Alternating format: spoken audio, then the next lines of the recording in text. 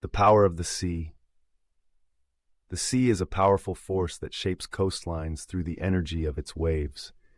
Understanding how waves work and how they affect the coast is essential for understanding coastal geography. Waves are created by the wind blowing over the surface of the sea. The stronger the wind and the longer it blows, the larger and more powerful the waves become. The energy of a wave depends on its height and length. Taller waves with longer distances between them carry more energy. This energy is transferred to the coastline when the wave breaks. As waves approach the shore, they slow down and their energy becomes concentrated, causing them to increase in height. When they finally break, this energy is released onto the coastline. Destructive and constructive waves. Destructive waves. Destructive waves are high, steep, and close together. They have a powerful backwash, the water that flows back into the sea after a wave breaks, that pulls material away from the shore. Destructive waves are responsible for coastal erosion. They wear away cliffs, beaches, and other coastal features by removing material and carrying it out to sea. Constructive waves. Constructive waves are low, long, and widely spaced. They have a strong swash, the water that rushes up the beach after a wave breaks, and a weaker backwash, which means they deposit more material on the shore than they remove. Constructive waves build up beaches by depositing sand, pebbles, and other materials, creating wide, gently sloping beaches. The sea erodes the coast through 5 main processes. Hydraulic action. Hydraulic action occurs when the force of the water crashes against the coast, compressing air into cracks in the rocks. This pressure causes the rocks to break apart over time.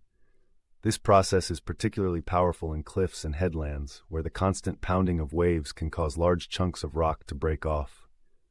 Abrasion or corrosion. Abrasion happens when waves pick up sand, pebbles, and larger rocks and hurl them against the coast. These materials act like sandpaper, wearing away the rocks and cliffs.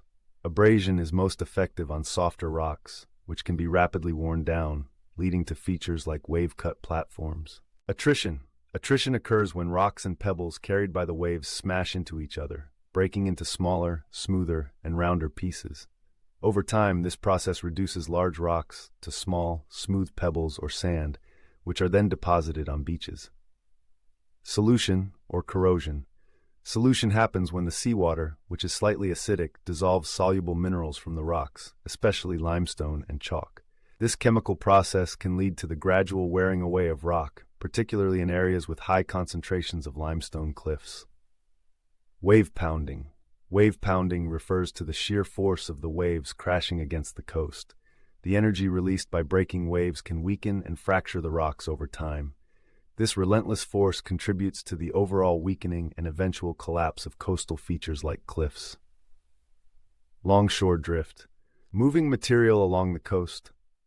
Longshore drift is the process by which sediment is moved along the coast by the action of waves approaching the shore at an angle. When waves hit the shore at an angle, the swash, the wave moving up the beach, pushes material along the beach in the direction of the wave. The backwash, the water flowing back into the sea, then pulls the material down the beach at a right angle. This zigzag motion moves sediment along the coast, a process known as longshore drift. Over time, longshore drift can lead to the formation of coastal features like spits, bars, and beaches. The power of the sea is evident in its ability to shape coastlines through the energy and movement of waves. Waves can be either destructive, eroding the coast, or constructive, building up beaches. The sea erodes the coast in 5 main ways: hydraulic action, abrasion, attrition, solution, and wave pounding. Additionally, waves can move material along the coast through a process called longshore drift, which plays a crucial role in the formation and change of coastal landscapes.